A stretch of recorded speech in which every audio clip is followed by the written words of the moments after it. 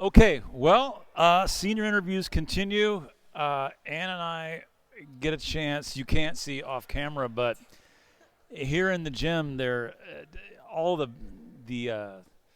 the banners, the paint on the wall behind the stands is being redone, but it's being done with stickers, and there's about a dozen people trying to put up the first of 6 stickers. So maybe we'll get that, and then when we get done. But Ann Hollas gets to sit down and chat with us today. So first, Ann, thanks for being willing to sit down after long practice. Oh yeah, nope.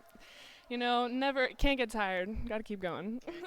Can't get tired. All right. Well, it's a good lead-in because you're revered as an athlete. Every time I talk to Debbie, that's the word that she always uses about you, is that you're just a great athlete. So my question is, has volleyball always been like the number one sport in your life? No, it hasn't. I started playing soccer. Soccer was the first sport I played since like 4 years old. And I played pretty competitively. Would drive to like Tyler and Dallas for practices and tournaments and stuff. And then in 7th grade, volleyball came into my life in junior high, and actually ended up quitting soccer because it was taking up so much time and changed to volleyball. And then, actually it was volleyball and basketball then after that. Played basketball for a very long time too. I always liked playing a lot of different sports, changing the seasons and stuff. Always just really kept me going into each sport that I was playing. I never got tired of it. But then I would say once high school hit, I knew I was going to play volleyball in college. So. Wow. Okay. So all of that, and from reading your bio from all the years, I also know that you ran track at high school, right? I did run track. I did not enjoy track, but hurdles was at least a little fun. But I wasn't a fan. Okay. Well, a little fun. You were. My memory is you were a regional finalist, right, in the 110-meter hurdles. So if right now, not the right now as in after practice, but everybody on the team's fresh, and we go over to the track, and we set up a 110-meter hurdle. Do you win the team 110-meter hurdles right now? I would have to say that Zaria is going to have me beat there. I'm pretty sure she went to state. She was 5'8", bigger school. I think she would have me beat. But everyone else, if she wasn't there, maybe. Okay, so who would win if again, everyone fresh? Who's going to win if it's just straight up 40-yard dash? Ooh, see, we were talking about this the other day. Rita is out to get somebody. Zaria wants to race her, and Danye is right in there. So it'd be a tight race. Okay. So if we had team 5K, who wins the team 5K? Like who wins the distance?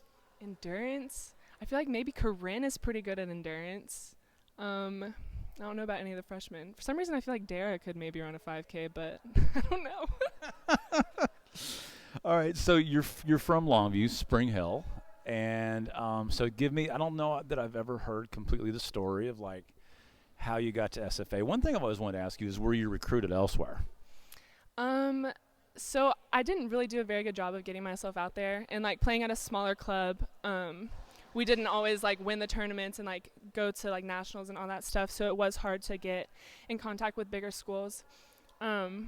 But mostly around the time that SFA was like looking at me, it was a few other schools in the conference, but nowhere really huge. I know West Virginia was probably the biggest one, but I didn't want to go all the way up there, and I wasn't very interested in that. But yeah, it was pretty much SFA for a lot of time.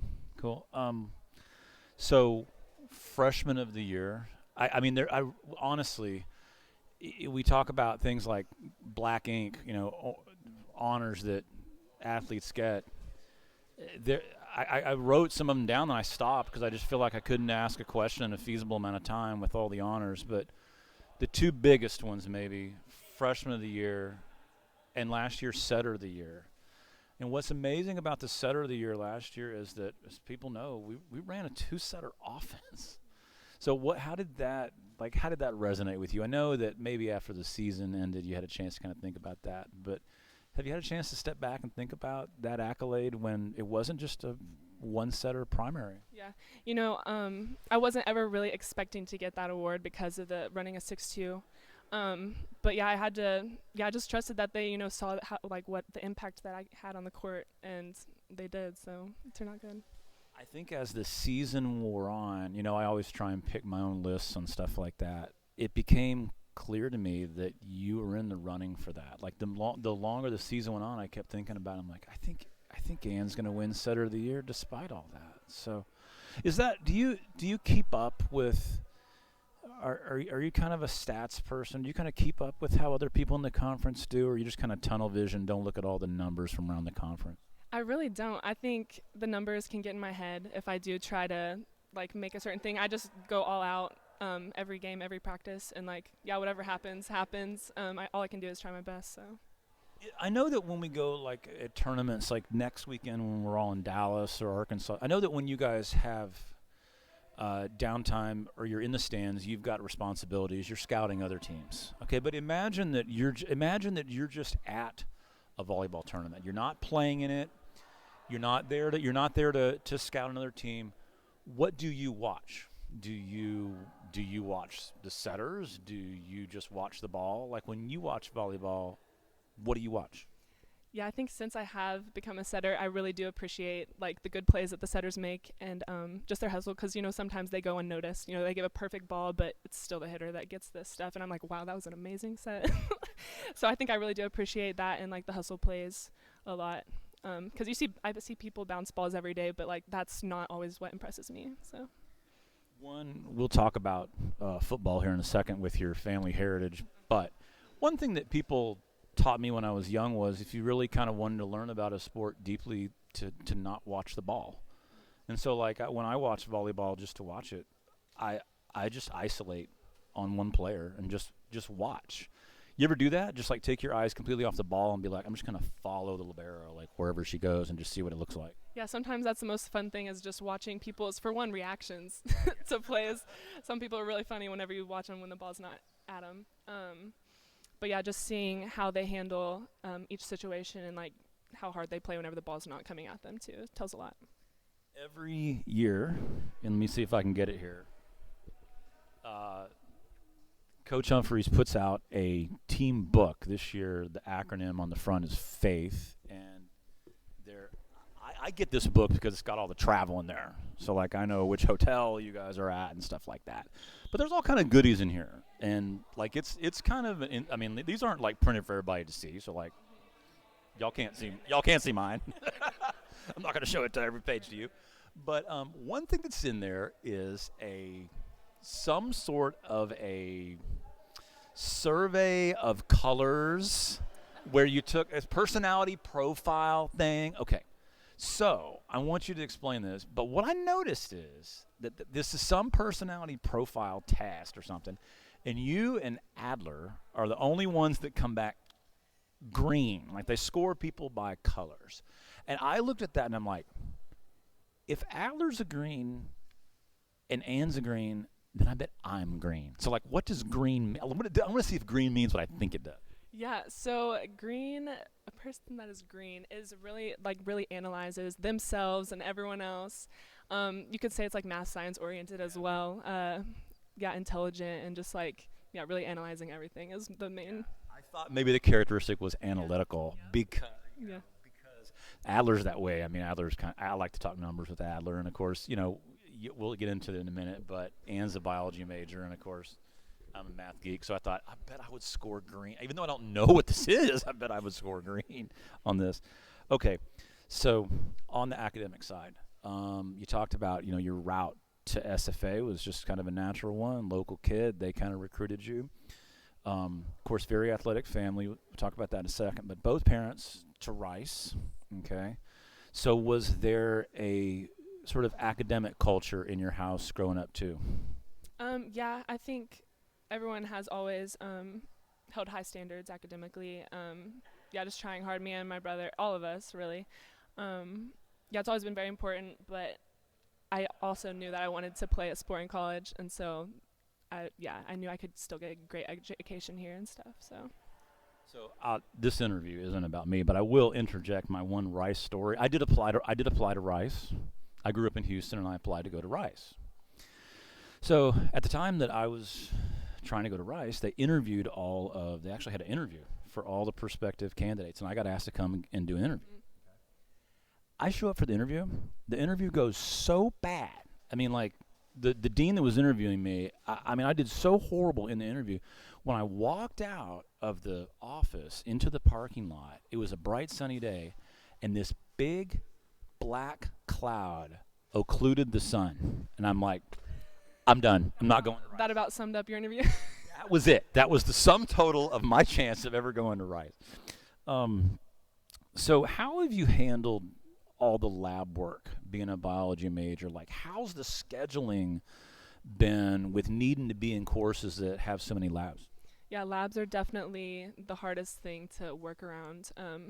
It just depends on the class, depends on the professor, if you have to go make it up or if you can just, get your lab partners to help you out. I have always tried to get the labs that are earlier in the week because we don't miss as many days. But yeah, that's definitely something you have to work with people on. Yeah. So on the biology side, were you the kid in high school that like loved all the dissections? You're like in there while everybody else is like back up against the wall. Was that like your calling card to biology, or is there some other facet within biology that's kind of your favorite? I think the dissections we didn't really do a ton of them in high school, but I do remember we did one. It was like in GT in like middle school, and we dissected a shark, and I was just like all up in it, like didn't even want to use gloves. I was like, it smelled disgusting, and people were like, "What are you doing?" But that was a fun one, yeah. So like, what's been your favorite one or two biology classes while you've been here?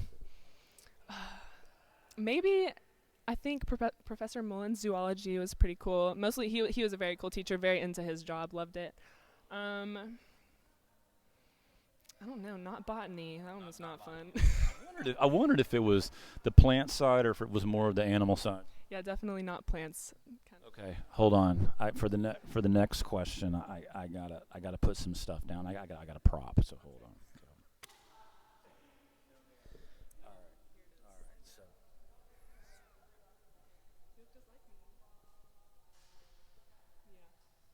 Okay, so I know I look like you don't look like an idiot when you do this. That's not why I did this. I look ridiculous. This is ridiculous. Why are we doing this? I look at myself on the camera and I'm like, why did I decide to ask this question? But every time during practice, there's a timeout. Like, you put the towel on your head.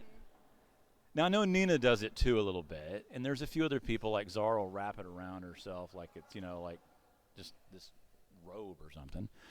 But what's up with the towel on the head? Really? I'm going to do the whole question with the towel on my head. Really, this semester, if you notice, I stopped wearing headbands, and so I think, like, I don't know, I my head sweats a lot, and so I soak it up, but then it's kind of just like a comfort thing. Aren't you? You look like a pilgrim or something. I'm not comfortable at all. I mean, this is actually quite embarrassing. But so you do this for the soak up the sweat, but then you actually feel like you're kind of like tucked in the little hat you made yourself? Yeah, a little bit. It just like closes you off to the world a little bit. Yeah, it just like takes out the noise a little bit. It's like I'm not even here. Okay, but now during to try and make this a more serious question, during matches, you've always used the towel kind of in your jersey, right? I mean, is that primarily for you to kind of keep hands dry as you set, or is that more for others to kind of come? I've never really paid attention like how you use it, but yeah, that was because I have a very bad sweaty hands problem. Like my very first collegiate match, I go in there and a few plays in, it completely slips through my hands and hits me in the face. And ever since then, my brother had been trying to tell me to wear a towel in my pants for like whole 2 years. I didn't start until just last year or maybe the semester before that. But yeah, really it's just to fix a problem. And then it's very handy to wipe up all these people's sweat that's on the ground. So. Yeah. Well, as the match goes on, as everybody sees, they've got towels all wrapped around the poles and everything. Okay, so I went back and checked. I can't believe I haven't done this research before, but your dad and uncle, football at Rice. I looked at the years, and how about this? Your dad would have been 1 year ahead of me in college, and Rice was in the Southwest Conference. Like I told you, I didn't wind up at Rice. I wound up at Baylor. But I went back and looked. November the 14th, 1987, my freshman year, Baylor beats Rice 34-31 in football. And November 18th, 1989, my junior year, Rice beats Baylor in Waco 6-3. That must have been a fun one. I know I was there. So, like, more than likely, so were your mom and dad dating at that time? Yeah, I'm pretty sure they met maybe my dad's junior year, and my mom was playing tennis there as well. And so, yeah, they met, and they were probably dating by junior, senior year, yeah. So, good chance maybe that dad, mom, uncle were there in Waco the 2 games. I mean, they were students. They were there on the team, or your mom might have been there to watch your dad or his brother. I was there as a student. I'm just wondering whether like the world's that small. Like those people, we were all in the stadium at some point. Yeah, you might have seen them and just not even not even known. That's happened to me a couple times, actually. I mean, that's actually happened to me a couple times where I've met somebody and they're like, "Oh yeah, I went to Baylor or I went to some other school." I had when Debbie played at Texas Tech, and we only overlapped by 1 year in college, but we figured out one time that I would not have been at a Baylor Tech volleyball game that she played in, but we thought maybe we had at one point. So yeah, I mean, I might have like been in. Your parents might have been out there running around, and I was like in the stands cheering against them the whole time. The whole time. Was that? How would you describe that childhood though? Was it like you were expected? Obviously, there's a lot in the genes, but was it expected that you were gonna play all those sports you said you did, or do you feel like when you look back on your childhood that was just sort of an individual decision to keep trying new stuff? Yeah, they definitely exposed me to like all the different sports. I've played so many different ones, but I absolutely loved it. I loved staying busy and yeah, just getting to do so much stuff. They never pressured me to go to Rice though. They never made me stick to one sport. You know, they were like, whatever you want to do, like we'll support that. So they're very good about that. What's it like to see? I've seen your sister around just passing here in the. What's it like to see that? I mean, I don't know whether she is as interested in sports as you were at that age, but what's it been like to kind of see that from an adult standpoint now, looking back at your younger sister? Yeah, she's always for sure looked up to me a lot. And I know she started volleyball because of me, and I don't know if she'll play in college or whatever, but we're all very supportive of her and whatever she chooses to do, so I'm not too worried about it. You said a couple times that you really wanted to play collegiate sports. First off, when did that click, like that was a goal? And also, when did it hit that you really felt like you were going to be able to do it?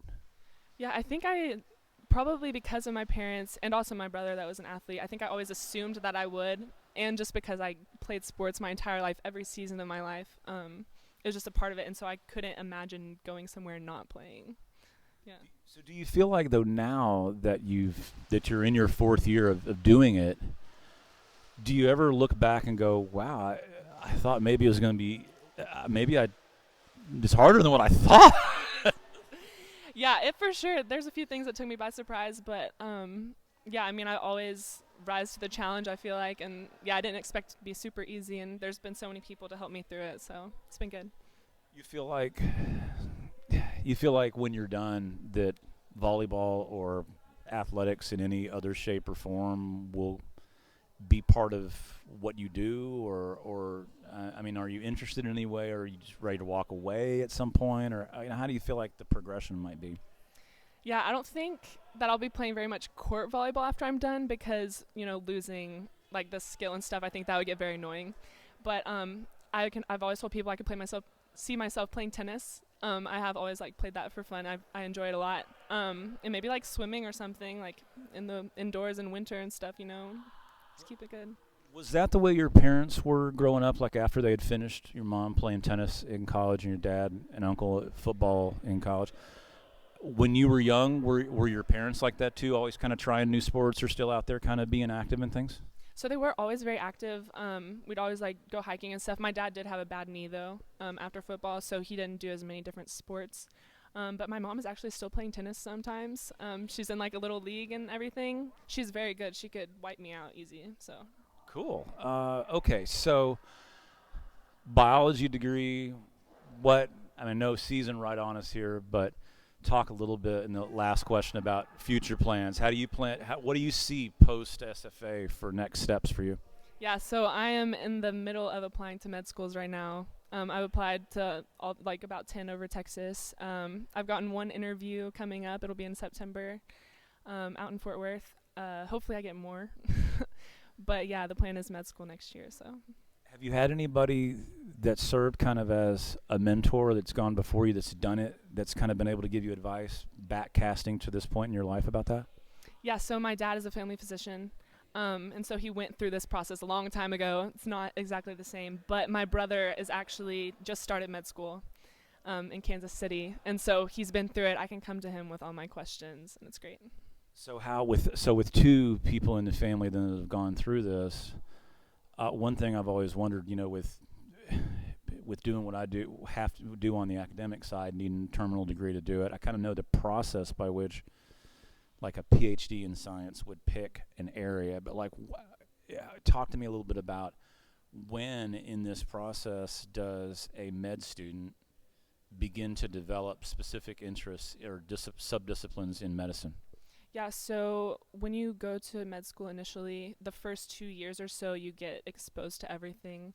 And then kind of the last 2 years, you have to pick more of a specialty, like if you're going into surgery or family practice, because then when you go to residency, that's what you'll start specializing. And then you can specialize in even, more direct things. But yeah, that's about it. So do you have any feel this early up, just watching the experience of others in front of you? Like, would you project where you kind of wind up on them? I've shadowed, surgeries they seem very, very fun and intense, and I think I would really love to do that, but it is a crazy lifestyle, so I'm definitely going to have to see if that's what I truly want to do. So I'm staying very open, and family practice is always, my brother might do that as well. So yeah, I'm very open to it. Cool. Ann Hollas, coming off of Setter of the Year, 32-3 last year, NCAA tournament bound, towel on the head. I mean, I don't think. So look for Ann's scrimmage this weekend, and then we'll all be in Dallas next weekend. So you'll get a look at that at some point. And thanks for answering all the questions I had today. Thank you so much.